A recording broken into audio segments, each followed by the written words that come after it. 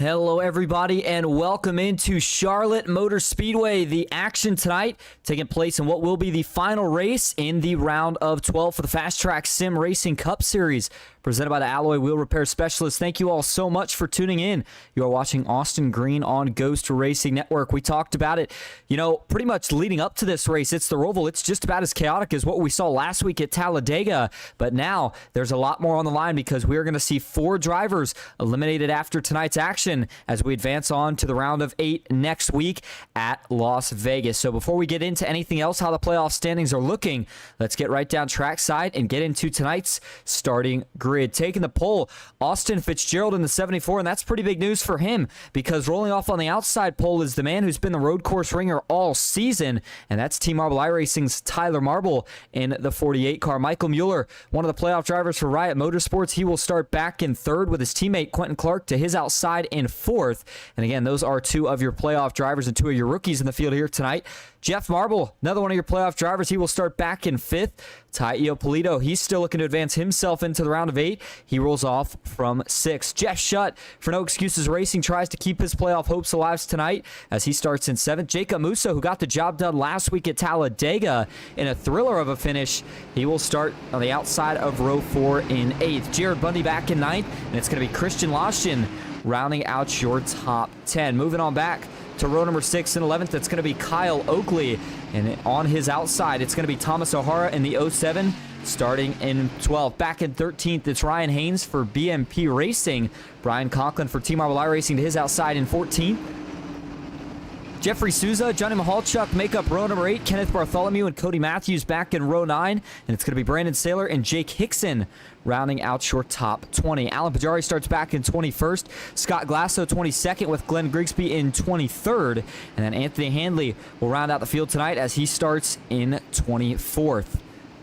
All right, taking a look at your race info here. We'll get it up in just a moment. It is the BMP Charlotte Roval. Before we do that, we got Austin Fitzgerald's picture stuck on the bottom, so we'll give it a little refresh. But again, tonight's action is going to be sponsored by BMP Motorsports and BMP Racing in general. And they sponsored a few races this season, but you figure a road course here tonight, the best place to do it. And so it will be the BMP Charlotte Roval 124. 55 laps going to be the distance that will make up those 124 miles. 100% fuel, 4 sets of tires in the pits, no fast repairs, open setups, and 3 green-white checkers. And can't forget about it, these road courses this season, there are no cautions.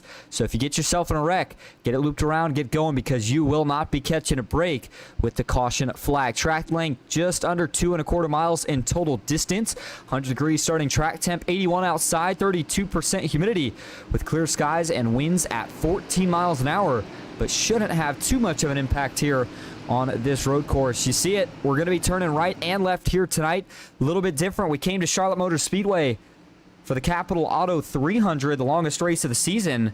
And here tonight we got a special one, but in a different form. Elimination race for the round of 12. We'll talk about your playoff drivers here soon after the race gets started, but 2 trickiest turns on this track, in my opinion, is going to be that backstretch chicane and that front stretch chicane. 2 big opportunities, though, to try to make something happen, depending on if you can outbrake a guy. But watch for turn 1 to be calamity. Again, this will be the only start of the night, so you got to make it count, but at the same time, you got to keep your stuff clean. Again, the drivers that are highlighted in purple with the P next to their name, those are the drivers that are still currently in the playoffs fighting to advance to the round of 8. Some of them already locked in. Most notably, though, that 48 of Tyler Marble. Can he continue his road course dominance and grab another win here tonight? We are getting ready to find out. All right, here we go. Pace car is off. And for the final time in the round of 8, here we go. Green flag is in the air. We are racing at the Charlotte Roval. And it's a good restart for Austin Fitzgerald. He'll quickly scoot away to the lead before they work off into turn number 1. Off into turn 2, they'll head into the infield section now, and it's all Fitzgerald still. Tyler Marble, though, not going to let him escape. The big question is going to be, how do they fare when they get onto the outer oval for the first time here tonight? And if you're Tyler Marble, as good as you know you are, how aggressive do you be here with the 74? Do you take it nice and easy, or do you try to push the issue, push the pace, and get around them early?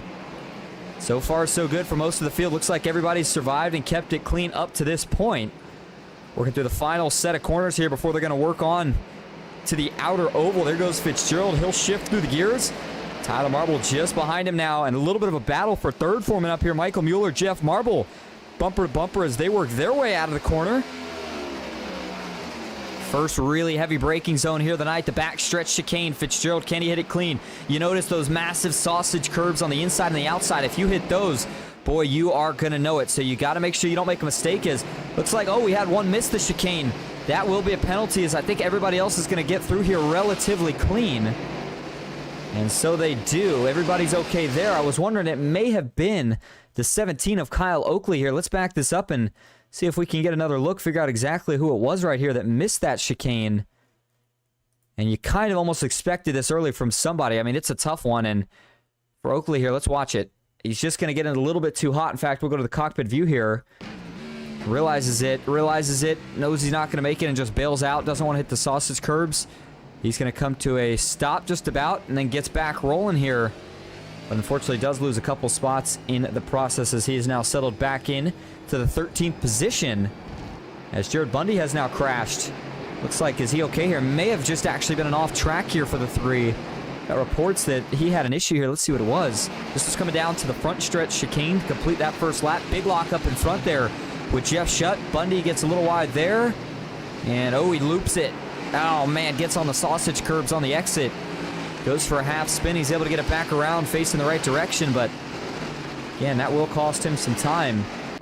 So for Jared Bundy, mistake early as we turn our attention back up front, because really, I mean, this is going to be the battle of the night, and I think it may be the best battle we see early on here, because I think once Tyler Marble gets around, if he gets around, the 48 machine might be looking to try to set sail here in the early going. So so far, so good, though, for everybody in your top 5. Michael Mueller, Jeff Marble, Quentin Clark, all keeping it nice and clean. You saw Quentin Clark there on the back bumper of Jeff Marble as everybody hits those sausage curbs trying to apex the corner. And already 3 laps complete. Now some more trouble further back for Pajari here. The 34 is off the pace. Kenneth Bartholomew now as he takes a ride through the grass. Not sure what happened here to the 73. We'll go back and look at both of these incidents, as it looks like Bartholomew has just about got himself back on the track. And so as he does, let's go back and look at this incident for Pajari first. And then we'll look at the next incident after that. This is coming onto the backstretch chicane, and is it going to be another missed? Oh my goodness. That's a major malfunction of some sort there for Pajari. I don't know if he just had a way later braking zone, thought he was going to hit. Let's see here. Oh yeah, he's just not expecting at all. I'm not sure if Matthews had an issue or if that's just realistically the braking zone there. But either way, you can see Pajari was not expecting that. I mean, the 10 is way slower than the 34, and Pajari's got to try to take an evasive maneuver there to miss him. And unfortunately, as a result, gets into the back, goes for a slide here, and he's going to tag that inside safer barrier before he got to the chicane. And then for Kenneth Bartholomew here, this is going to be alongside Cody Matthews coming out of the corner and just gets a little bit loose right as you get into that transition to the braking zone. That front stretch chicane, and takes a detour through the artificial turf to avoid any further incident. Back up front, Fitzgerald still leads the gap right now, is about a second between him and Tyler Marble. Let's hop on board here and take a look at what some of the overlays and, more importantly, what some of the telemetry is showing here tonight for the way these guys run. See the BMP sponsor down there. We'll put it away for just a moment as watch the speeds and the gear shifts here for Tyler Marble. And again, this is a driver that we have seen be pretty much ultra aggressive. I feel like that's really kind of the best way to put it this season at road courses with the way he drives. I mean, slipping and sliding all around. You put that kind of in comparison to a driver like Fitzgerald, who seems to try to take it a little bit smoother, a little bit cleaner. So far, it's been all Tyler Marble this season, but with the qualifying effort that Fitzgerald put down, definitely has you wondering, especially seeing the speed early as well, if maybe Fitzgerald's looking to go out there and try to steal one of them in the round that you got to feel like if you're Tyler Marble, you would have certainly loved to get the win at, as things didn't quite work out for him at Kansas. Didn't work out last week, obviously, at Talladega. And now it all comes down to the Roval here tonight for a few drivers. Tyler should be okay based off his points position. And also, Tyler was texting me pre-race. Did want to mention that. Had an actual pretty bad injury to his knee from what it sounded like. And so wasn't actually sure if he'd be able to race tonight, trying his best with what he's got. So that could certainly be playing a factor in this 48 car's performance as well. So we'll keep that in mind as we go a little bit further back now to Cody Matthews here. Getting reports he may have just had a brief issue. As you saw Jeffrey Souza and Glenn Grigsby. I think that was Grigsby who was a little bit slow getting up to pace behind here. Now watch this now here. For Grigsby, he's okay. I'm more concerned about what happened with Matthews here. Let's see. As he gets towards the tri-oval here, does he have an issue? Or was this earlier? Watch the sausage curves. Gets one, gets two, and gets wide. But he seems okay there. Not sure what that issue was there for Cody Matthews. And then Alan Pajari here, as he's coming off the pits here, does he just decide to call it? Let's see what happens here to the 34 car. It looks like he starts to roll. And then it's just going to bring it to... He's going to bring it to a rolling halt here. Figure out what's going on here with the 34. As just rolling at a really, really slow pace, and then just kind of brings it to a halt. Not sure if he's waiting for everybody to go by or what the deal is, but Alan Pajari, unscheduled pit stop early after that contact that he had to start this race with the inside wall before we completed even a handful of laps. So that's why we saw him make that unscheduled stop as early as he did. So we keep talking about Fitzgerald and the run he's got right now. But I do want to give everybody an update on what the playoff picture is looking like right now. And I don't remember if the graphic itself had updated to OBS when I made it earlier. So we'll just read it off for now. And if we need to look at it later, we will. But here's, again, the playoff standings entering this race here tonight. And if I tell you some of these drivers are locked in, they're good to go. It doesn't matter what happens to them here tonight. They are in good position to advance. Jake Hickson, though, right now, I believe the only official driver to be locked in to the next round. Tyler Marble second in points. He's looking pretty good. Quentin Clark in third. He is also in pretty good position, as is Austin Fitzgerald, who sits in fourth in the playoff standings. And then when things start to tighten up just a little bit is when you get down to Ty Iopolito, Jeff Marble, who sit fifth and sixth in the playoff standings right now. Michael Mueller back in seventh. You've got Thomas O'Hara in eighth. And that is currently the last driver above that cut line to advance to the next round. Outside looking in right now is Scott Glasso, who currently sits 4 points outside of that playoff cut line. Then you've got Kyle Oakley, 10th, down 14 points from that cut line. Jeff Shutt, 11th, down 18. And then Jared Bundy in 12th, down 27. So I think if you're Jared Bundy, Jeff Shutt, or Kyle Oakley, this race is really looking like you're going to kind of have to win to get in, because we don't have any stage breaks, so you're not going to be able to grab any extra playoff points there. The problem is, this is a tough race for really anybody to just go out and try to win. That's why you try to take advantage of the last couple weeks. But again, if you're Kyle Oakley, Jeff Shutt, or Jared Bundy, unfortunately, it's looking like that may very well be your only chance here tonight. And in a race where you know that there's no cautions no matter what happens, that's a bit of a tough pill to swallow, especially if you're a driver like Jared Bundy, who had trouble on the opening lap, spun around, and knows now that realistically being, 25 seconds behind the leader, that possibility, even though it is still early here, is quickly closing. That window of opportunity, I should say. And so as Austin Fitzgerald still out in front, that gap is almost up to 2 seconds between him and Tyler Marble. As Jeffrey Souza here slow rolling. Looks like he may have had an issue here coming through turn number 1. As they call it Tums Heartburn Turn, Calamity Corner. It's got all kinds of names, and you'll see why right here. Watch as Souza's going to look to the inside here on Cody Matthews and gets on the curb and just gets that car unsettled a little bit. Goes around and doesn't actually go all the way around. Scrapes the wall a little bit, straightening it back out. But either way, the 96, that'll cost him some time, as Souza currently runs back in the 21st position, down 6 spots from where he qualified at. So looking at the fuel window here tonight, that's really the big question. I mean, it's a tough one. I believe the way it's set up, this race should be a one-stopper. Again, the track length, all in all, I mean, only 2.5, actually less than 2.5, about 2.25 miles. It's not that much, but you got to remember, when you're downshifting and accelerating, you're going to be burning quite a bit of gas. So I would expect these cars to probably make it somewhere about halfway, maybe 5 laps or so more than that. I guess for now, we'll call it 25 to 30 would be my guess as to when we could see that first stop. But again, I'm not exactly sure what the fuel window is looking like here tonight. So we'll keep an eye on that, keep tabs on it. But still a lot of racing to go here, and certainly a lot of racing before we're going to expect to see any sort of a sign of anybody making a scheduled pit stop. As here's the 95 of Jacob Musso.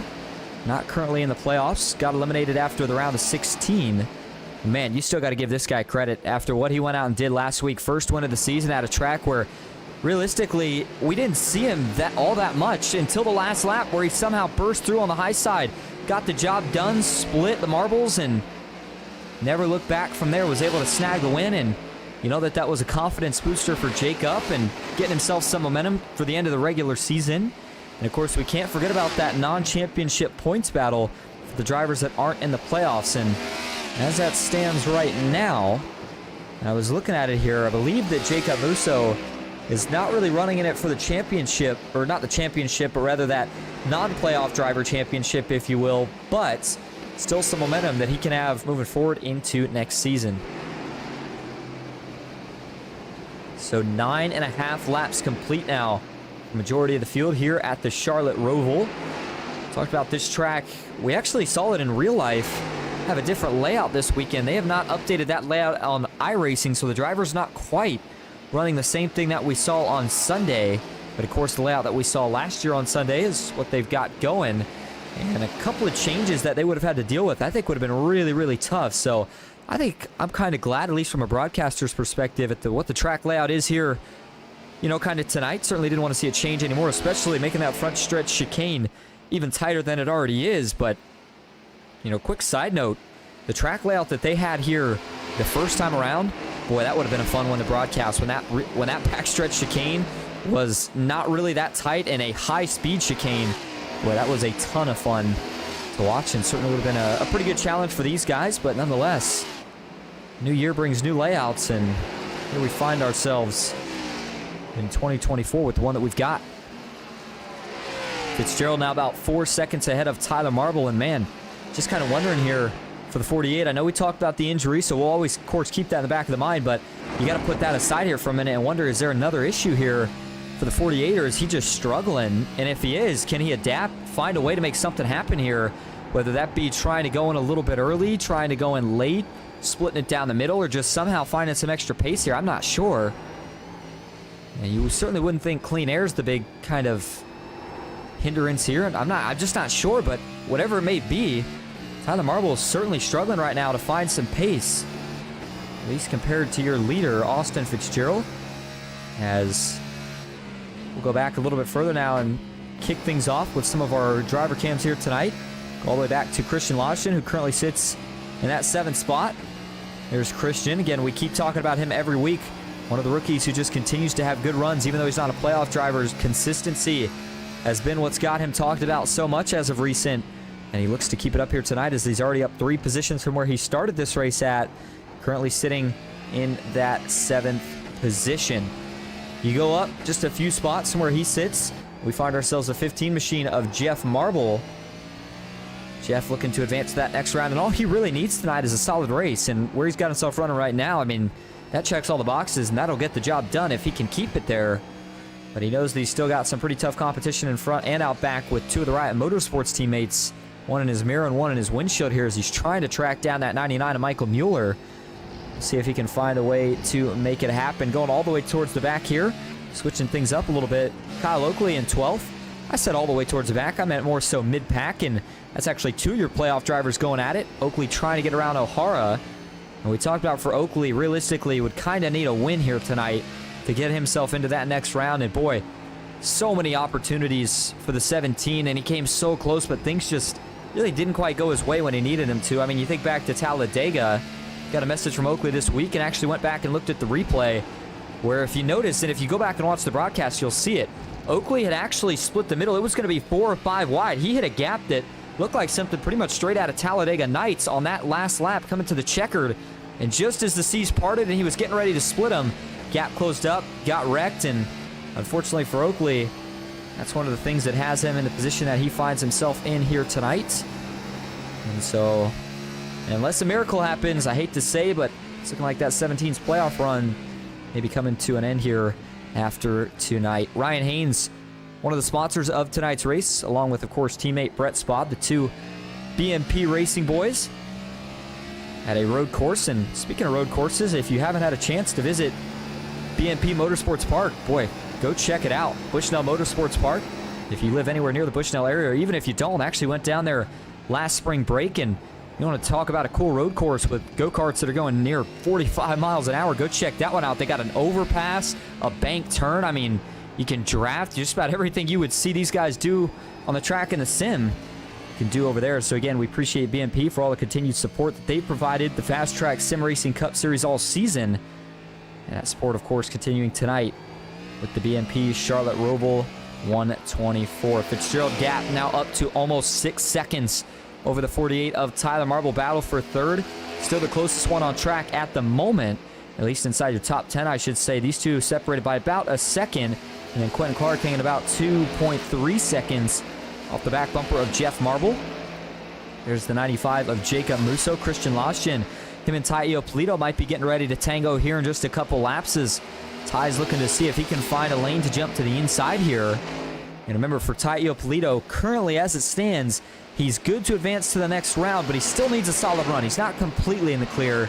And so that's why you're going to see him continue to stay on the aggressive side here, knowing that he can afford to give some up if he has to, but at the same time, he doesn't want to just sit back and kind of let this race play out, especially if he's got speed to potentially pick off a few more spots and get closer to breaking inside that top 5. Here's Jeff Shutt for No Excuses Racing. Got the Capital Auto Group sponsor on board.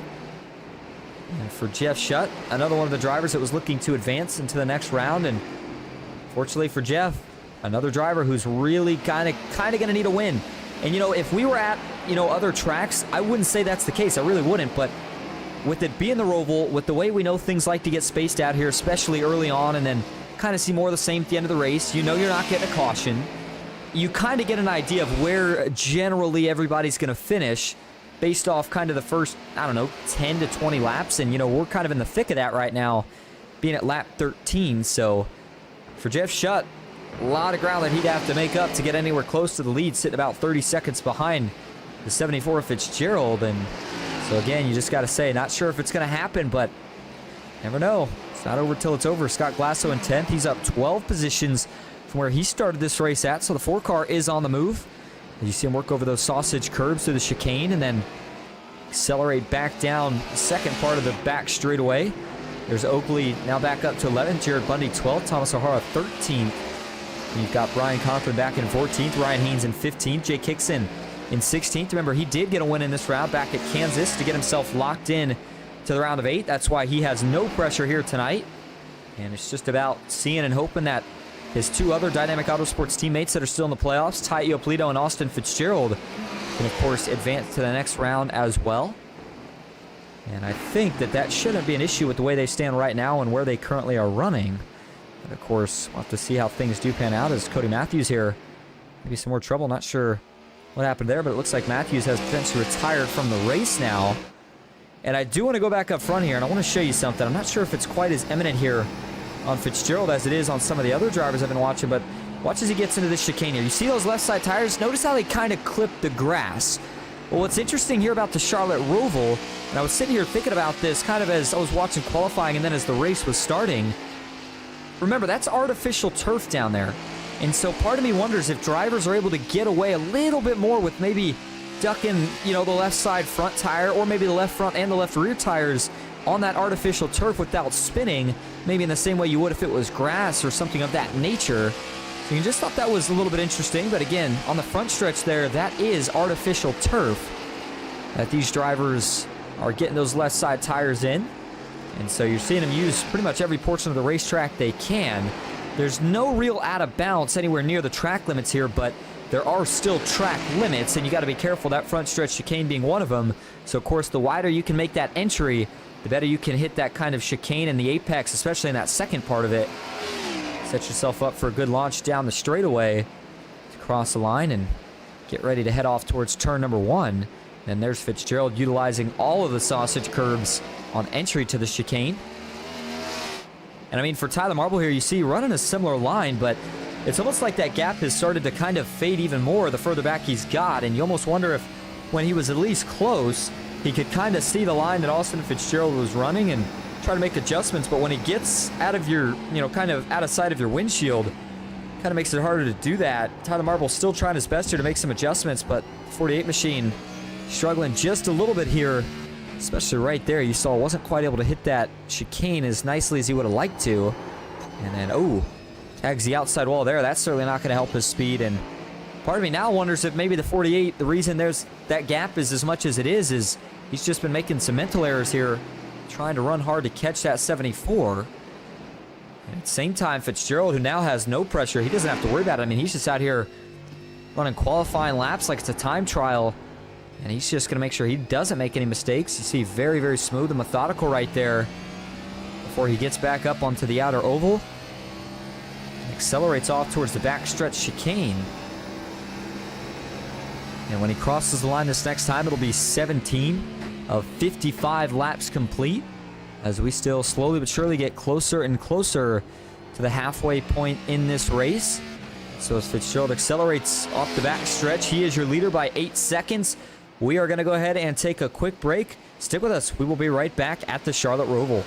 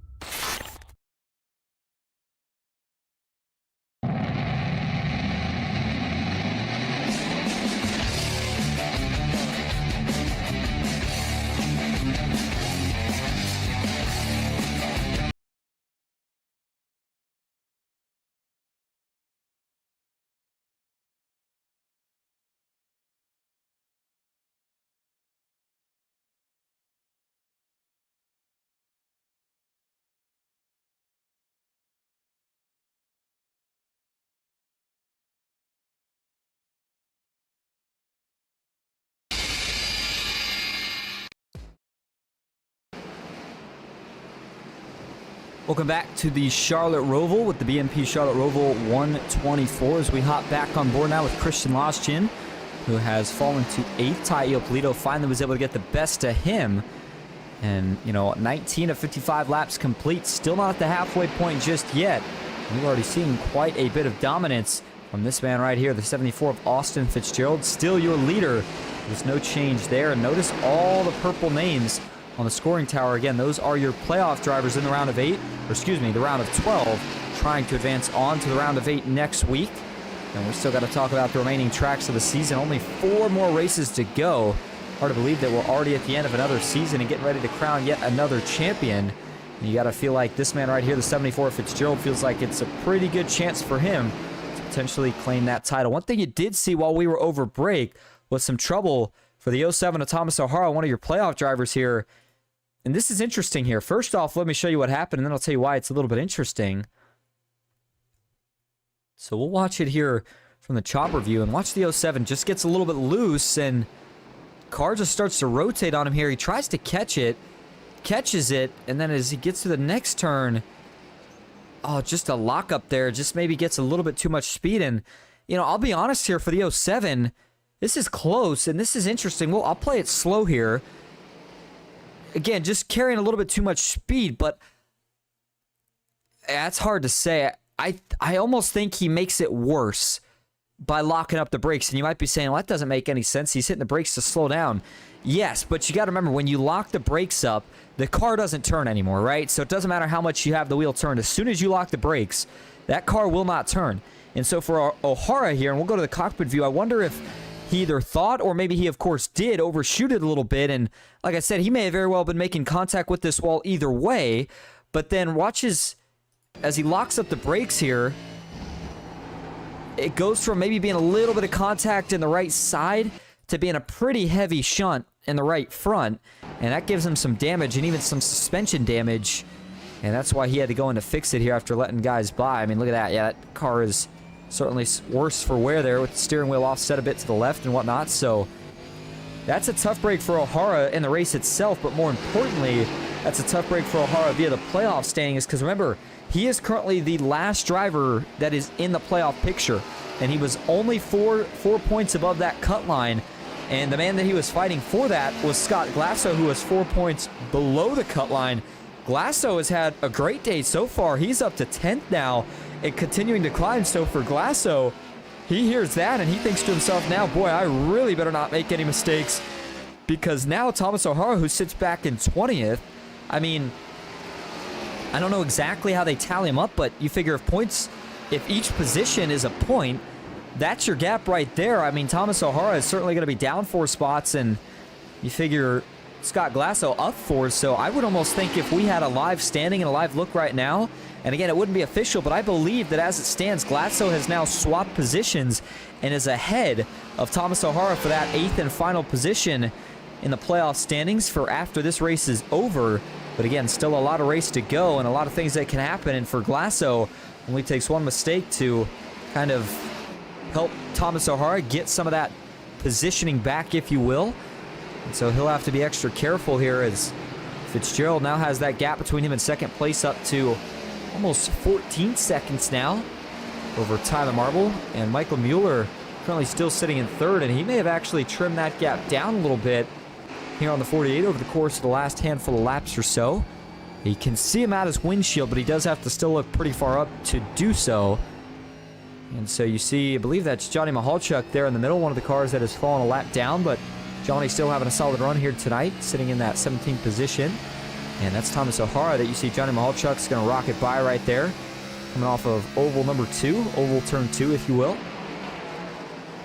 And there's Michael Mueller going to set up this 07. Again, not for position. Then he'll try to set up the 72 as well. Most likely here off the chicane. There you go. He's going to get by the 07. And now he'll see if he can get by the 72 as well as quick as possible. Jeff Marble, who sits back in 4th. Quentin Clark has not let him run away either. I mean, Clark is still hanging very, very strong right now as he currently finds himself in that 5th position. The gap between these two still not much more than a second. In fact, it's a little bit less than a second, as here we go. We're actually going to see some pit stops here. Boy, this caught me off guard, as there goes Jeff Marble. He brings it down to the pits, and I believe, yeah, I was going to say Team Marble iRacing as a whole here going to bring at least their 2 playoff drivers down. We'll see if they choose to bring anyone else. You can see Christian Lostjen way in the background. He has decided to bring it down to the pits as well. So as we try to go to our pit lane cam, there you go. You see the 48 car. He's going to peel out, and then watch for the 15 there of Jeff Marble. He should be the next car to go. Christian Lostjen just now rolling into his boxes. You see the Ford Glasso going by. That will be for position. And there goes Jeff Marble. He'll now work his way back out. I haven't seen anybody else peel down the pits just yet. Besides these three that we named, there goes Christian Losgen. And this is a little bit early for me, and now there could be a couple reasons for this. The first reason, and the one I'm kind of thinking, is maybe they just decided to pit as soon as possible. Try some sort of strategy to maybe make up some time here on a couple of the guys in front of them. And for Tyler Marble, of course, that's trying to catch your leader, the 74 of Austin Fitzgerald. I mean, hey, if you felt like, you know, you burn the tires off and you got a chance to take 4 new ones, maybe you do, but I don't know if everybody's even going to necessarily take tires. And as a matter of fact, I'm a little bit curious here to see if we saw Jeff and Tyler actually take tires here. Watch the 48 here. See, we'll back this up here.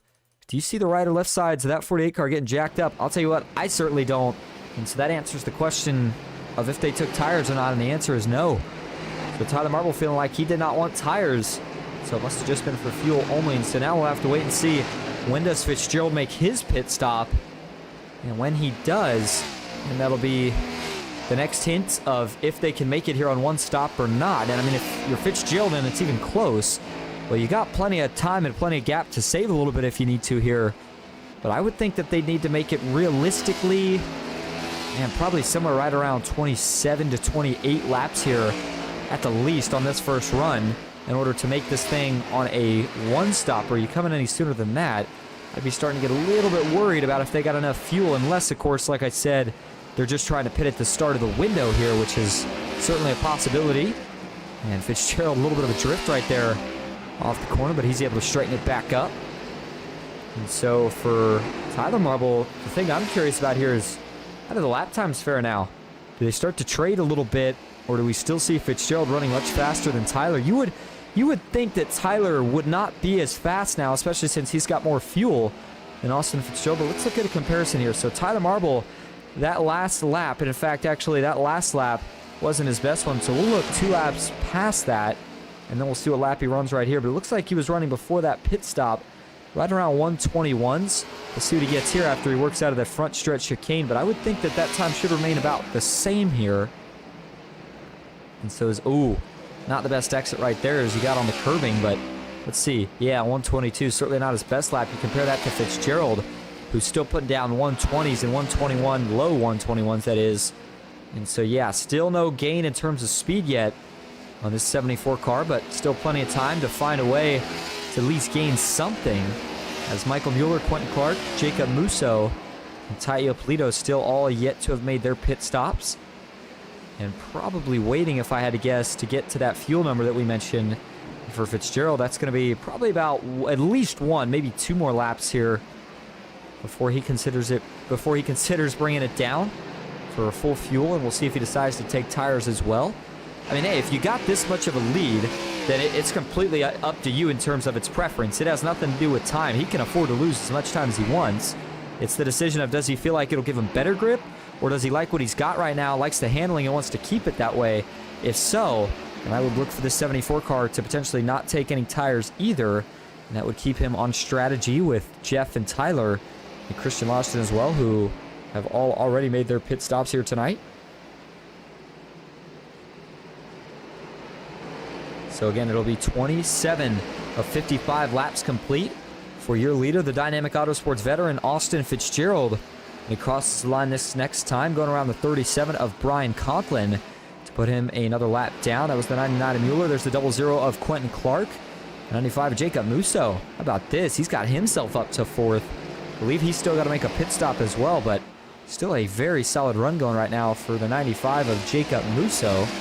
And for Brian Conklin there, you saw some damage. I was trying to figure out where he got that from. Still not 100% sure, but we did have some data that he may have had a potential issue here. This was a little while back, by the way. This isn't anything relatively recent. I figured I'd show it here to see if that was maybe where he got that damage. Was it? He gets a little bit wide, gets in the grass, and yep, that's going to be where he gets it. At least some of it there as he tags that left front.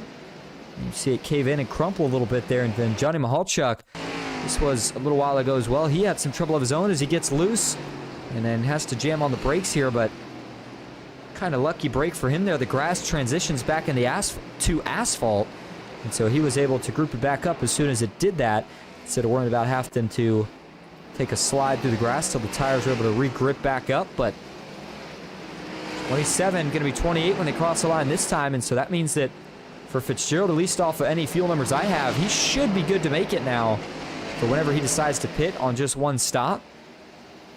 And so if you're Fitzgerald, once you make this stop here, I mean, there's no pressure. This is, you just absolutely do not make a mistake here. You can take this as slow into pit entry as you want. You can drive it pretty much as slow out as you want. But what you can't afford to do is somehow get yourself any form of penalty that would erase this, 30-plus second deficit or whatever it's going to be that he'll have once they cycle out of the pits here. And so we'll see this Fitzgerald decide to bring it down this time. No, he doesn't. He'll continue to stay out. So at this rate, I think you got to expect that for the 74, he is going to try to just run this tank empty, and he'll continue to put down flying lap times that might even get faster and faster here. And he's still kind of in between here. You see a 127 that time. Boy, that was a heater. 126 about 4 laps ago. So Fitzgerald just continuing to show dominance over the field here tonight. But Riot Motorsports, man, you got to give a tip of the hat to these guys too. The last couple weeks, especially at some of the tracks that we saw them have great short run speed at the beginning of the season, but, we heard Quentin Clark talking to us just a couple weeks ago, and, one of the things he said was he just kind of felt like one of the adjustments these guys needed to make was get better long run setups. They had the short run speed, but a lot of the races just weren't quite playing out that way, so they decided to mix it up a little bit, try to get these cars dialed in a little bit more for the longer run, and since they've done that, the speed has started to really pay off again the last couple weeks. Now, Talladega is a little bit of an exception, but Kansas and then here tonight, Mueller-Clark, both have been looking very, very good. Both looking to try to advance to the round of 8. Fitzgerald off the backstretch chicane. We will watch and wait again here to see if that 74 machine decides to bring it down to the pits this time. Still waiting for it here, and no sign yet. Fitzgerald still at full pace right there off of turn 4. So he continues to stay out. It's going to be 30 laps complete next time around, and at that point, I got to really start to think they're starting to get a little bit lower on fuel. Again, I'm not sure the exact number they can run, but clearly they were going to have to make at least one stop. We already got that figured out by Jeff and Tyler pitting. By the way, for Tyler Marble, you wonder, has he managed to straighten this gap out at all or pick up the lap times? The answer is a little bit, but still not enough to match the pace of that 74 car, at least not as of yet. Now, the 48 is on a heavier fuel cell, but still just don't think it's going to happen for Tyler Marble at this rate. If we had cautions on, maybe you have a chance to come down and make some more adjustments under caution, make something happen, but without cautions, it is so much more difficult to stay disciplined enough to know you got to be perfect off the start, stay perfect as long as you can throughout, as you see Tyler bouncing off the outside safer barrier again right there. And it's really looked like tonight for the 48 machine, just pushing it a little bit too hard. As we see Jeff Shutt currently back in 7th, and then Jeff Marble is in 8th. And Jeff Marble kind of in the opposite boat. He's been running it very, very smooth here tonight, and maybe not running quite as much speed as, of course, a couple of the front runners, but what he has been able to do is keep that car clean and keep himself consistently up inside the top 10 here tonight. We'll see if he can keep it that way as you see them working through the infield portion. Watch, you'll see the 74 go blurring by your camera view there, as he already went past. So as we go back to Austin Fitzgerald here, working his way back into the infield portion of the racetrack. That was actually Michael Mueller, by the way, who you saw going down the backstretch. I mentioned, and for Fitzgerald right now, I guess he's just going to stay out here until the thing's got absolutely nothing left. I would have thought since he got past the halfway point, especially now that he's, a few laps over halfway, he would have decided to pit by now so that he didn't have to worry about it and could get back in that rhythm a little quicker, but clearly he feels like the pace he's running right now is him being in the zone, and if you're in the zone, don't let out. He's going to try to keep putting down these blazing lap times until we get to the point of that first pit stop. By the way, if you're just tuning in, we appreciate you being here. Again, you're watching the BMP Charlotte Roval 124. Anthony Hanley did not start the race. Pajari had to retire early after a couple incidents. Cody Matthews, he was also involved in a few incidents himself. He retired, as has Ryan Haynes. And you go up to Jeffrey Souza, currently the last running car on track, and he finds himself 8 laps down at the moment. Kenneth Bartholomew has retired as of now. Jared Bundy, the same boat as well. Thomas O'Hara is in 17th. They've got Glenn Grigsby in 16th. Johnny Mahalchuk, he has brought it down to the pits. The 72 is going to take his service here. But as noted, he currently sits in 15th. Brandon Saylor in 14th. You've got Brian Conklin in 13th with Jake Hickson in 12th. Jeff Shutt looks like made his pit stop, and so he's now working his way back out. Currently sits in 11th. Christian Lodgton in 10th with Kyle Oakley in 9th. Scott Glasso 8th. Jeff Marble in 7th. We've got Tyler Marble in 6th. Ty Iopolito in 5th. Jacob Musso 4th. Quentin Clark in 3rd. Michael Mueller is in 2nd. And then Austin Fitzgerald still leading the way. And by the way, for Mueller there, you saw him. He decided it was finally time to pit.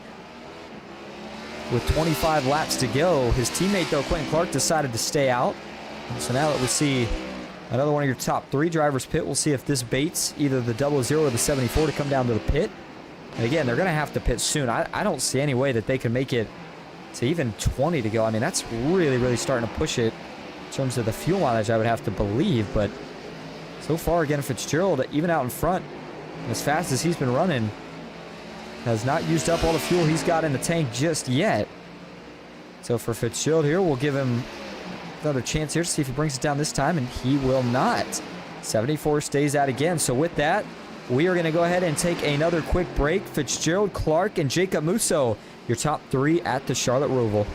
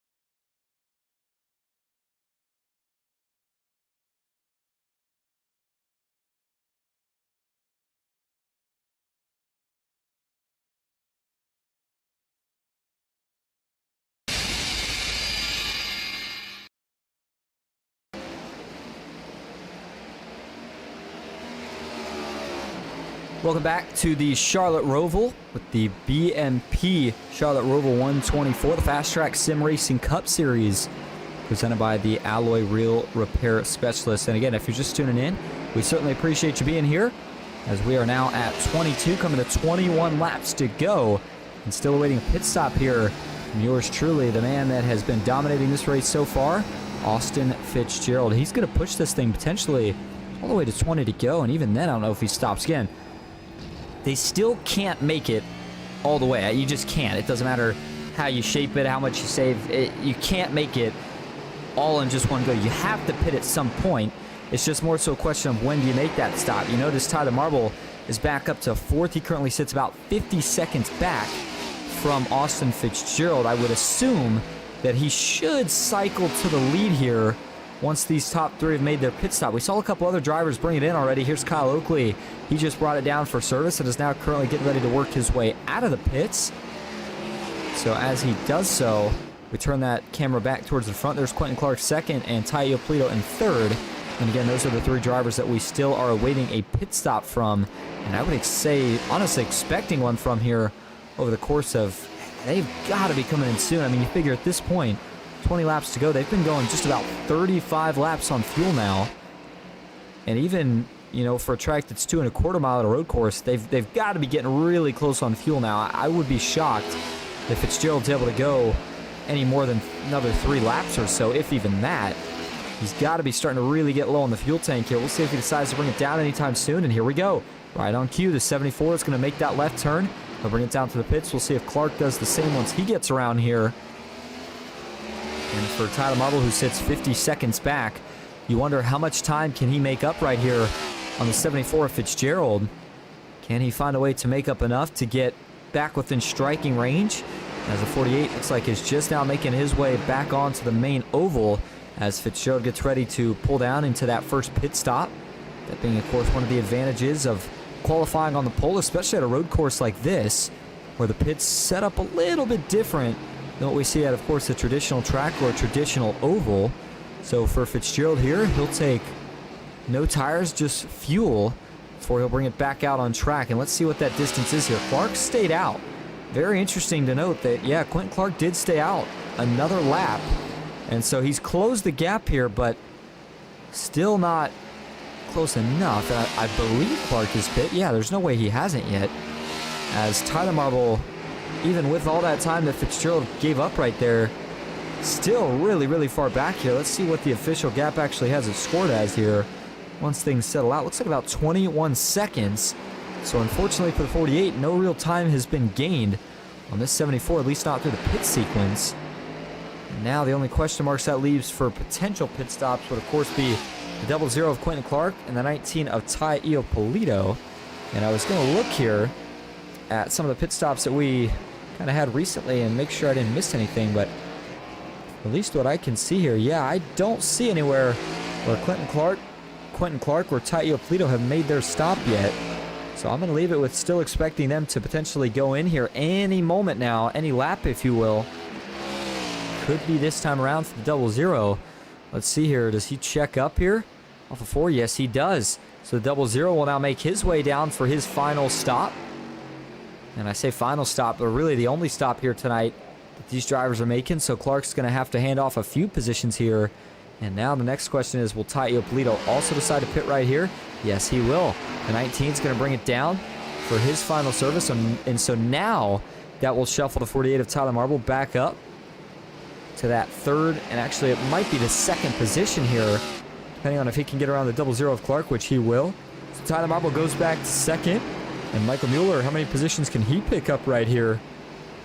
Looks like he'll move back to 3rd. The next closest car for him is going to be that 48 of Tyler Marble, who he will be trying to track down as Clark works his way out of the pits. And Clark going to lose a spot to Jeff Marble potentially as well here. It's going to be close. Actually looks like he was able to stay just ahead of Marble there, get back up to speed in the infield section before that 15 got to his back bumper. All right, so now we set ourselves up for what is going to be 19 laps to the finish. And as it stands, for Austin Fitzgerald, this is a race against himself. This is just don't make any mistakes, and he's good to go. So we'll talk some more about the rest of the field, but before we do, I do want to mention what the schedule is looking like for the remainder of the season. Again, we talked about next week we'll kick off the round of 8. And so the first track that we'll go to in the round of 8 is Las Vegas Motor Speedway for 134 laps in the desert. And then we will head off to Homestead, Miami for 134 laps down in southern Florida. And then it's off to Martinsville, the paper clip for 250 laps of about as stressful of racing as you can get, especially when it's an elimination race. And then it's off to Phoenix for what will be the championship race, and that will be on November 11th. So looking forward to that one. And by the way, for the drivers that are still involved in that non-playoff driver points battle, Brandon Saylor currently leads that category. Christian Lodgden second, Danny Gutierrez third, Cody Matthews fourth, Brian Conklin fifth, Greg Bartlett sixth, Alan Bajari seventh, Johnny Mahalchuk eighth, Jeffrey Souza in ninth, and Ryan Haynes rounding out the top 10. Remember, it's the highest finishing driver inside, or rather, I guess I should say the highest average finishing, non-playoff driver over the course of these playoff races will be receiving a little extra money cash bonus, if you will, at the end of the season. And that may have been actually 1 through 3rd place payouts for that, and not just the top spot. And so as we see what the gap is between your top two, oh no, Scott Glasso, what's this? Let's see here. Watch it for the 4-car. Scott Glasso off at turn number 2 here. Does he have an issue? This could be a big concern here for the 4 if he did. Gets on the brakes, gets on the downshifts. Oh, is he going to loop it? Does, goes for a slide, but boy, lucky getaway right there for the 4 of Glasso. And the reason you heard me saying was because, remember, we talked about Glasso and O'Hara being the two drivers kind of battling for that last spot right now. And Glasso had the big advantage because O'Hara had a couple mistakes. Glasso right now, though, still sitting in 10th. That's where he's been running for quite a while, especially since we last checked. And you go back and take a look at where Thomas O'Hara's running, and he is in 15th. So that gap is a little bit closer now than maybe initially thought. And with the way that's set up, it's not a lot of spots separating those two, so it may be a little bit closer than what we initially thought earlier in terms of O'Hara. Maybe he's not out yet. Whatever the case may be, it's going to be really close. And that's why it's so important to try to gain every position you can in this race if you're Glasso, and try to maintain every position you can in this race if you're Thomas O'Hara, even if things don't feel like they're quite going your way. Back on the onboard views here, Jeff Marble, who currently finds himself in that 5th spot, still has a really good run going right now. Top 5 at a road course. I think Jeff would tell you it feels maybe not quite like a win, but certainly pretty close to it. Definitely feels like a good day for the team as well, with Tyler Marble up there running in 2nd. And so for Jeff, he's just looking to try to bring this thing home in one piece. He knows that he's got the 95 of Jacob Musso relatively close behind, about a half a second. But he's going to make sure that he just doesn't make any mistakes here. Keeps it nice and smooth. Speaking of Jacob Musso, we talked about running just behind the 15 there of Jeff Marble, and then a few spots behind them, find the 7 of Christian Lodgden, the rookie who sits 2nd in the non-playoff driver points battle. For Lodgden right now, he's still in the positive from where he started this race at, up 2 positions from where he started. And you can see, actually, it looks like for Christian here, and I'm noticing this now, it's pretty interesting. Notice that wheel that he's running there. I don't know if you can see it behind the BMP logo. We'll move that for you for a minute, but notice that wheel he's running. That is not a normal steering wheel. As a matter of fact, it looks like it might be something along maybe along the lines of an F1 wheel, potentially. I mean, either way, it's, like I said, it's got paddles on it, and it's certainly not your normal typical NASCAR wheel with a sequential on it, or a sequential next to it, I should say. So that's an interesting look there for Lodgden. Certainly cool to see, though. As we move on to our next driver cam here of the night, and it's been Kyle Oakley, who we've talked about, and really the run tonight for Oakley, it's not been bad. Had that early trouble on the first lap. You see a lockup there, but, I mean, all things considered, it hasn't been a bad run for Kyle Oakley. It's just the problem is, again, where he came into this race tonight at in terms of points. Didn't really set himself up for really any margin of error. He had to win pretty much to have a chance of getting in the next round, and at this rate and this point in the race, certainly not looking like it's going to happen, but Oakley still, certainly if nothing else, looking to see if he can finish up with a good run here tonight. It looks like he is on track to potentially do that. And then Ryan Haynes, who we had earlier in the driver cams, has since retired, so we do not have him anymore. Back up front, Austin Fitzgerald still leading the way, as you saw him get by the 4 there at Glasso to put him another lap down. And so I say put him another lap down. That's his first lap lost, actually. Think about this. We started with 24 cars in this race. Now, I know there's obviously a handful or so that are out, but Austin Fitzgerald has now lapped all the way up to the 10th place running car, and we've still got 15 laps to go. And so, at least by my logic, I would not be shocked here if he finds a way to still catch up and put a lap down, maybe one or two more cars, maybe up to Lashkin. I don't know if he'll quite have enough pace to get back to his teammate Io Polito to put him a lap down. But man, yeah, for Jeff Shutt and Lashkin here, who is a minute, Jeff Shutt's just about a minute and 10 seconds ahead. So Fitzgerald's about 10 seconds behind him, and then Lashkin's about a minute and 20 seconds ahead or so. So Fitzgerald's still 20 seconds behind him. And it's going to be 13 laps to go when they cross the line next time. So we are slowly but surely now getting down to crunch time. And Jeff Marble, that gap has, or excuse me, not Jeff Marble, rather Tyler Marble, that gap between him and the leader has still not closed. And as a matter of fact, it's extended a little bit more. So for Fitzgerald, you continue to wonder, how many laps does he run aggressive? Is there a certain point where you, I don't want to say you completely flip the switch, if you will, and just turn it off and take it easy, but is there a certain point where maybe you try to back that pace down just a little bit? Maybe just through some of the turns where things could really go wrong. Say, you know, maybe one of the chicanes, you don't want to spin out and lose yourself easily 10, 15 seconds. Or does he just stay aggressive right now because he's in that zone, he's in that rhythm? I think he's going to probably go with the latter of the choices right there. I mean, just look how smooth he is. Even late in the run, he gets within 2 inches of the wall on some of these corners, never hits it, and at the same time has such smooth throttle control that you don't really see him spinning these rear tires much, getting off the corners either. And you see as he runs that front stretch chicane, he's going to hit the sausage curbs on the first apex, not the second one. You can see in that front windshield there, I believe that is Jeff Shutt. He's getting closer and closer to the man that is about 8 seconds ahead or so. And actually, that may not. That may be a different car that he'll be catching. It might have been. That's the 64 Glenn Grigsby, as a matter of fact. And so for Glenn, that'll be another lap lost. Ooh. Boy, you saw the 74 blink right there for just a second, and certainly made you hard skip a beat, especially with how dominant of a run he's had so far. That would not have been good.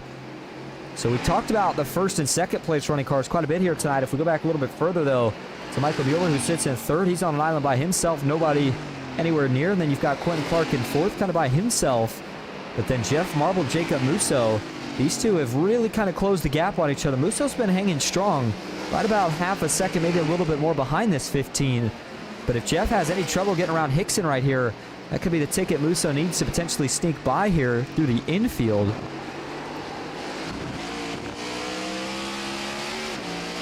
Looking off the gearbox view, doesn't look like he's going to be able to find a way around, at least not through the first half here, but he gets a really, really good run, as you saw a brief lock up there from Jeff as they head downhill now towards the final turn to get onto the oval.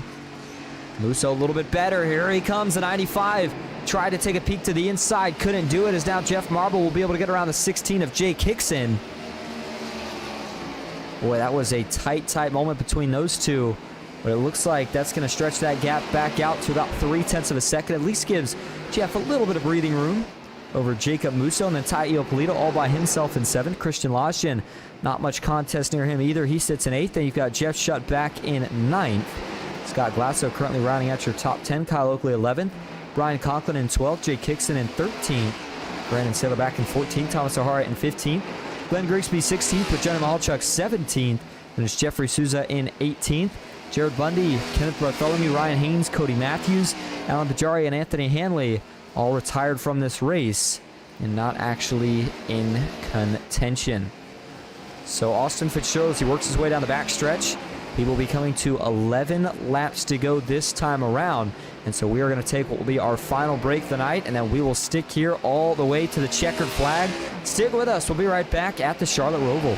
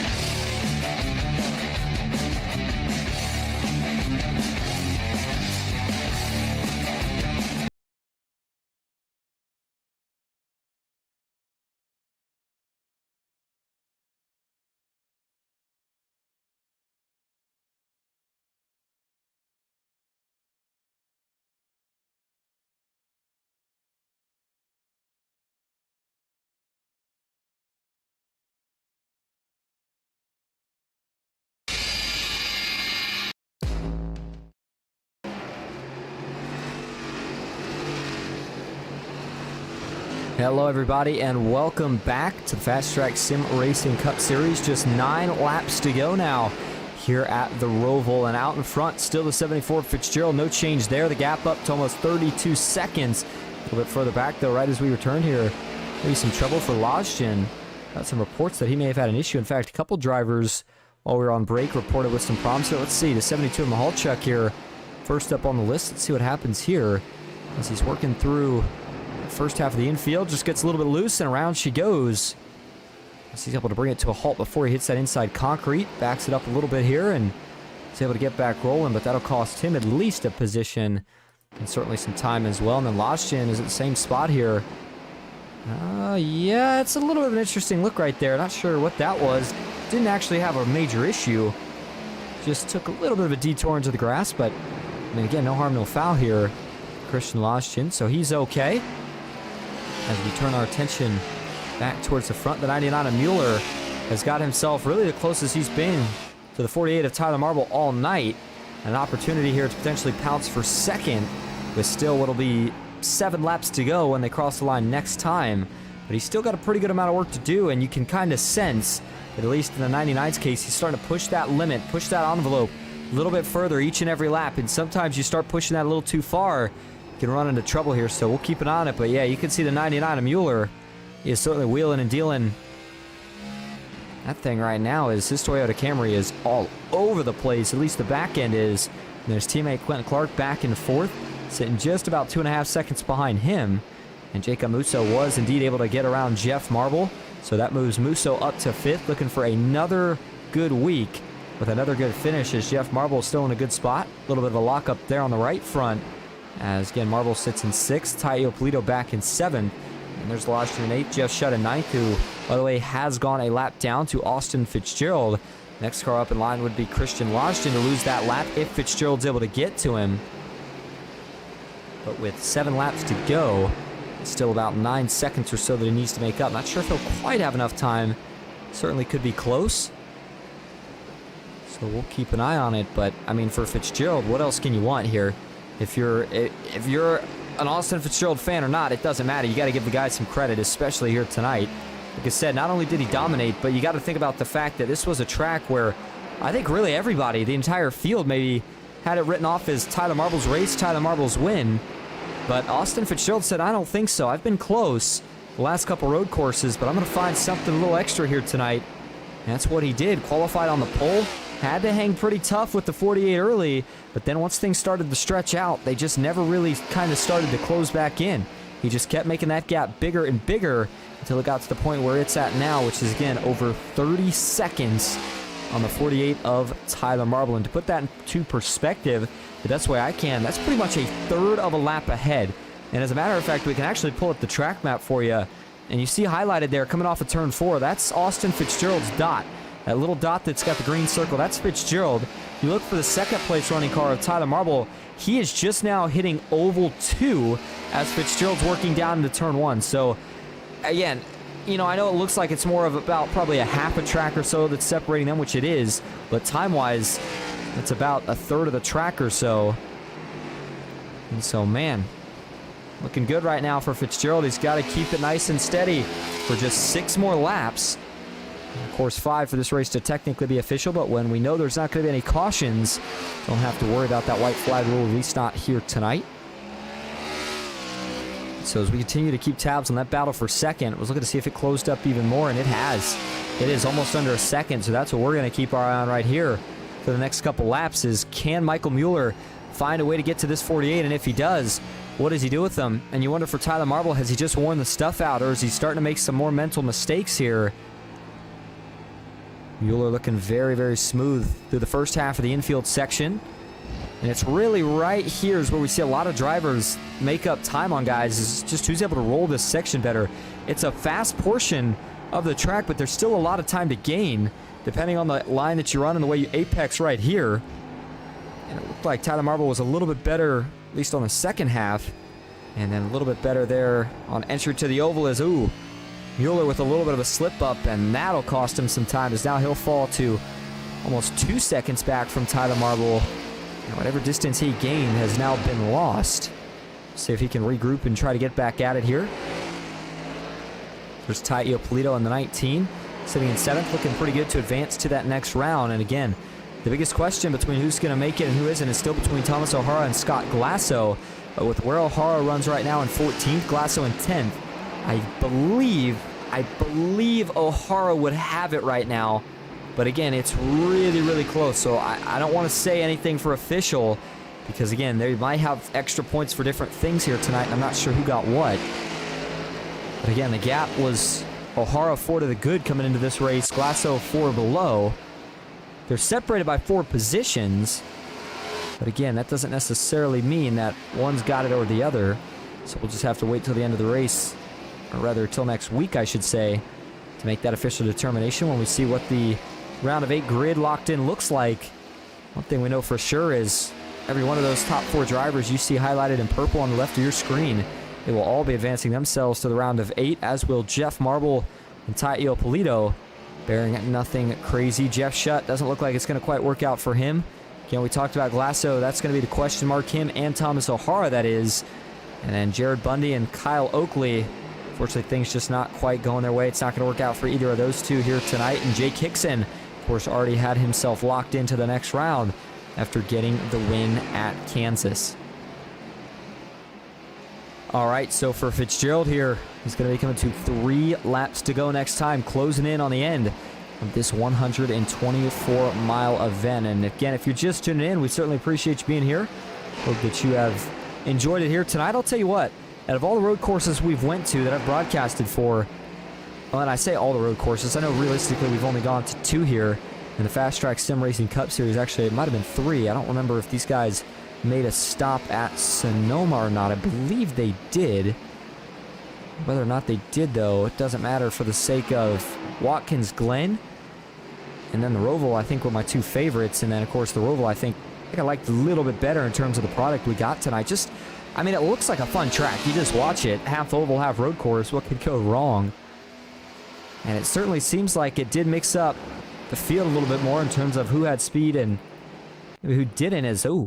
Tyler Marble has hit the wall here, and you wonder if this maybe played a part in why we saw some of that gap get trimmed off here. Had a couple issues for a few drivers here, so let's watch this. This was Mueller, and this was a little while back here, but it's still curious. Does he just have an issue here in the chicane? I would believe that would be where it would be, as, yep, 99 overshoots here.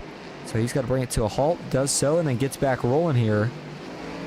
As the issue, though, that I was more interested in was Tyler Marble, because we saw him get some damage here. So let's see if we can point out exactly where that 48 car gets that damage from.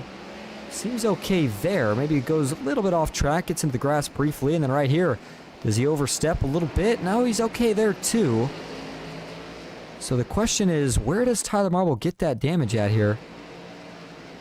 Does he have it here? No, it still looks like that car is pretty clean. And so, yeah, with that being the case, I'm not really exactly sure where this 48 machine got that left front damage that you see here as we go back live now. Watch there, yeah, you see it on the left front? There's definitely a crumple there. And maybe a little bit of a concave shape, if you will. So, Tyler Marble, that damage won't affect him too much at this point, but certainly interesting to note as Michael Mueller has closed back up to within a second now. And so we'll have to keep an eye on that battle here over the course of the next 2 laps to see if anything happens for Fitzgerald. You see him working through that front stretch chicane. Now 2 laps to go for the dynamic auto sports veteran, trying to get the job done here tonight and add yet another win, as he is already in double digits for the season. And so as Fitzgerald continues to lead, we'll go back to him once we get to the white flag. The real battle right now, looking through the field, though, is still that battle for second. So that's where we're going to keep the cameras for now as we watch to see here, can the 99 of Mueller find enough to get to this 48 of Tyler Marble? He's going to have about a lap 2. Actually, he still has about 2 laps to go here for these two now that they cross the line. So he's still got some time to go. And the question is, does he try to force the issue himself, or does he see if he can just run smooth and hope that that 48 car makes a mistake? I don't know, though, man. Right now, Tyler Marble, I know he may not be quite as fast as the 99, but it certainly doesn't look to me like he's been making any slip-ups, at least not as of yet. And that gap being what it is, just under a second and a half, that's a lot of time still that Mueller's going to have to find in a relatively short period, as there's Fitzgerald working through the backstretch chicane. Tyler Marble, that section right here, this has been where he's been struggling a little bit, as you saw him get a little bit loose right there Holds on, though, as Mueller tries to close it up a little bit. Tyler Marble not going to have the chance to go for the road course's sweep of the season of winning every road course. That is because of this man right here. White flag is in the air. 1 lap to go for Austin Fitzgerald. And again, we talked about for Fitzgerald, this will be yet another win in what has already been a double-digit winning season, as he looks to maybe see if he can cap off the performance here tonight by lapping one more car. That would put everybody 8th on back, a lap down. And man, it's been pure dominance. That's all there is to say. Fitzgerald, with as many playoff points as he had gathered in the regular season and through the first round, to get himself to this point, he was already looking good to make it to the next round. There were no real questions there. The bigger question and the theme of tonight was just going to be the 48 versus the 74. Team Marble iRacing versus Dynamic Autosports. Fitzgerald versus Tyler Marble. And the question was, who was going to be the fastest? And we said that I think everybody kind of had the 48 down in the books as going to be the fastest here tonight, going to get the job done. They qualified pretty close, and we saw a lot of battling early between that 48 car and the 74, but then all of a sudden, we saw that gap start to stretch out. Fitzgerald started to find a little something, and he kept finding a little more of that something until he got to the gap where he is at now. Got to the pit stop clean, and at the end of the race, it'll be 38 seconds. Look at this. Austin Fitzgerald will win it at the Charlotte Roval in dominant fashion. He locks himself into the next round, and it's going to be Tyler Marble trying to hold on to that second spot. Is Michael Mueller close enough for one more dive? Doesn't look like it. Final time through the chicane for the 48 of Marble here. Looking to hold on to a runner-up finish. And if Tyler can hold on here, it would certainly still be a very good performance for that 48 car, especially considering he was dealing with the knee injury here tonight. So through the final chicane here now for Tyler Marble. It'll be a clean finish for him. He'll bring home runner-up here at the Roval. Michael Mueller for Riot Motorsports is going to take home 3rd. Make it a 4th place finish for Riot Motorsports as well, Quentin Clark. And then here comes the man that will round out the top 5, and that is Jacob Musso. He'll take, again, that 5th and final spot. Inside the top 5, Jeff Marble going to bring home 6th. Taio Polito 7th. Christian Loschin looking to finish 8th. Jeff Shuttle bring home 9th. Scott Glasso looking to finish somewhere around the 10th spot. And again, the big question going to be between him and Thomas O'Hara for who does advance. But here is your race winner, ladies and gentlemen. Austin Fitzgerald out of Las Vegas, Nevada. And again, he was already pretty much going to be making it to the round of 8, but if there was any question, he has now locked himself in with this race win here tonight. So he'll bring it around to celebrate as we continue to await the rest of the results here for tonight's action. And here we go. Again, the 74 of Austin Fitzgerald is your race winner. Tyler Marble brings home 2nd with Michael Mueller in 3rd. And it's Quentin Clark back in 4th. Jacob Musso in 5th. Jeff Marble in 6th with Ty E. Polito in 7th. Christian Loschin in 8th. Jeff Shutt 9th. And Scott Glasso rounding out your top 10. Kyle Oakley brings home 11th. Jake Hickson in 12th. Brandon Saylor in 13th with Thomas O'Hara in 14th. Glenn Grigsby 15th. Johnny Mahalchuk in 16th. Brian Conklin finishes back in 17th with Jeffrey Souza in 18th. Rounding at your top 20 here tonight is Jared Bundy and Kenneth Bartholomew. Ryan Haynes finishes 21st. Cody Matthews in 22nd. Alan Bajari in 23rd. And Anthony Hanley rounds out the field. He finishes in 24th. All right, we're going to go grab your top 3 for interviews, including your race winner, Austin Fitzgerald. Stick with us. We'll be right back at the Roval.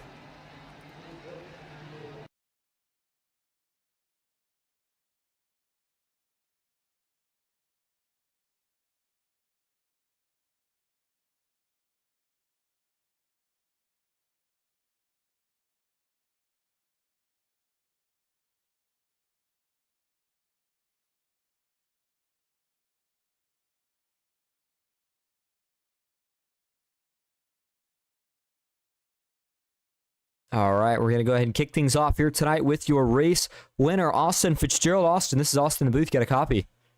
I do. Well, you get the job done at a road course, and man, I think the big question that everybody had, fans and of course drivers, was who was going to be the fastest here tonight, you or the 48? Tyler Marble got the best of you on the other road courses of the season, but man, what was the difference here tonight? I wasn't going to let him get the best of me in all 3 road courses. So I was determined to beat him here, you know. I love road courses, and I had to win at least one of them this year.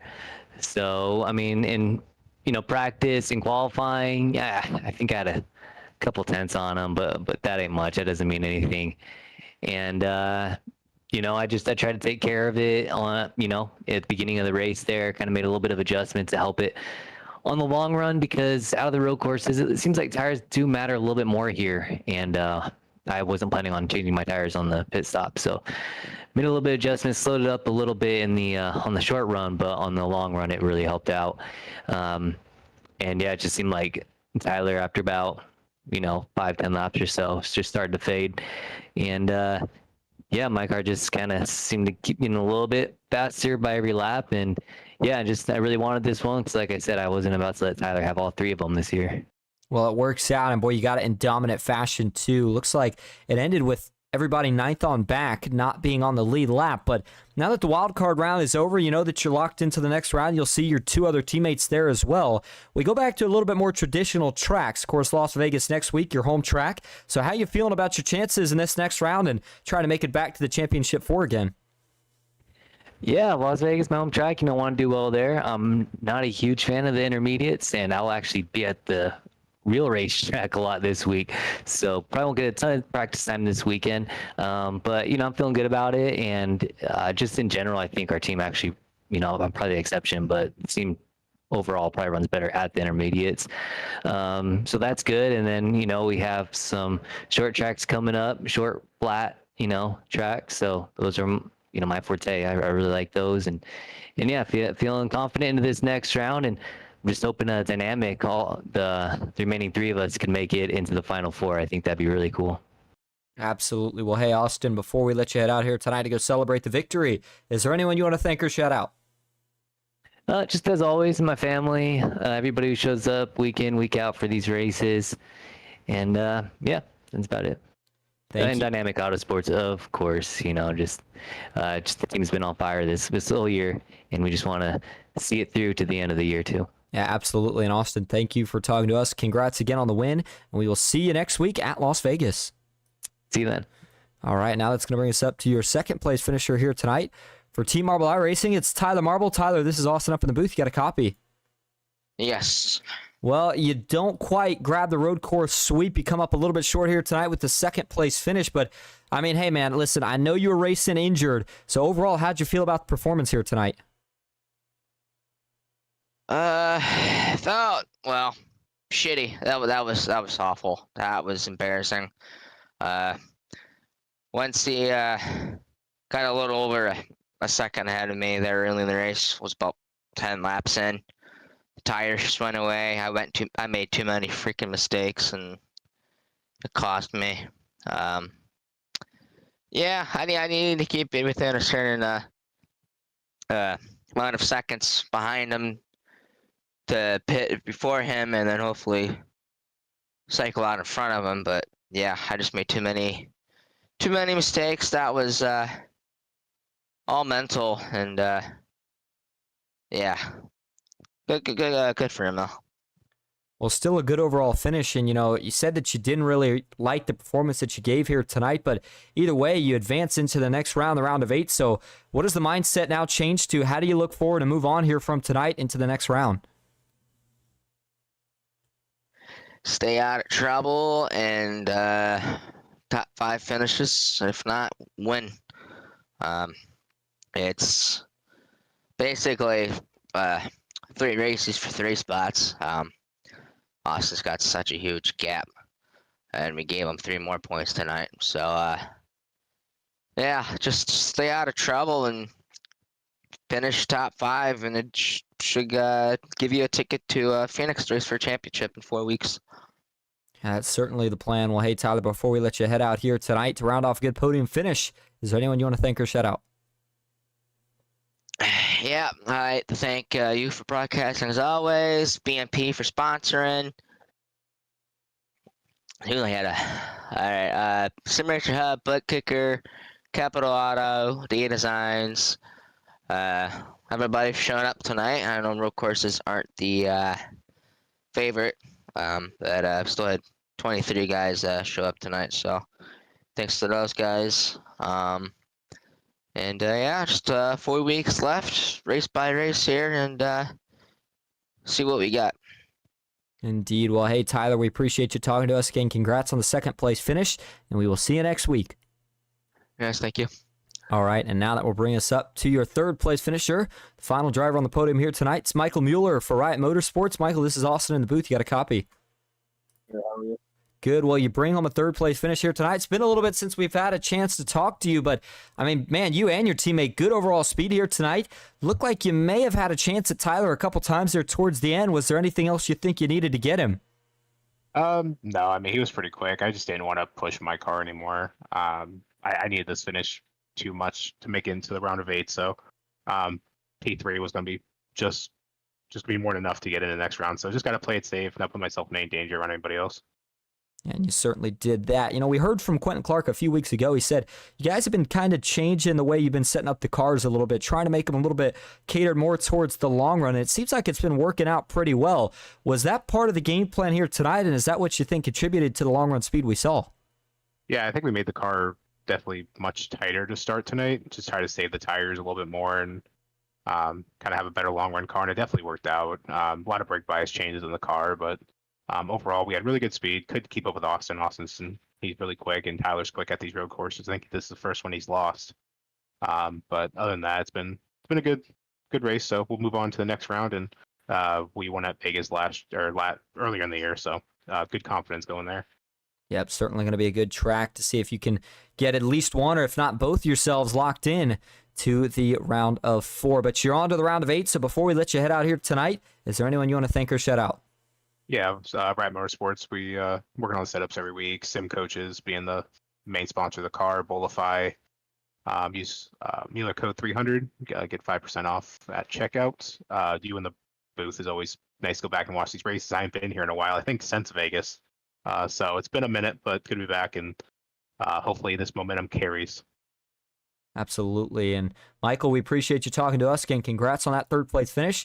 We'll see you next week at Vegas. All right, see you next week. All right, well, that is going to wrap up our coverage here tonight from the Charlotte Roval. Another great race, and just like that, we eliminate 4 more drivers. Who those exact 4 will be, we will know next week before we kick off the action at Las Vegas. But as for tonight, a great win for Austin Fitzgerald in Dynamic Auto Sports as he continues his dominant run to try to make it to another championship in Phoenix. Thank you all so much for tuning in tonight. As always, I hope you enjoyed. That's it for me, Austin Green on Ghost Racing Network. And until next time, have a good night.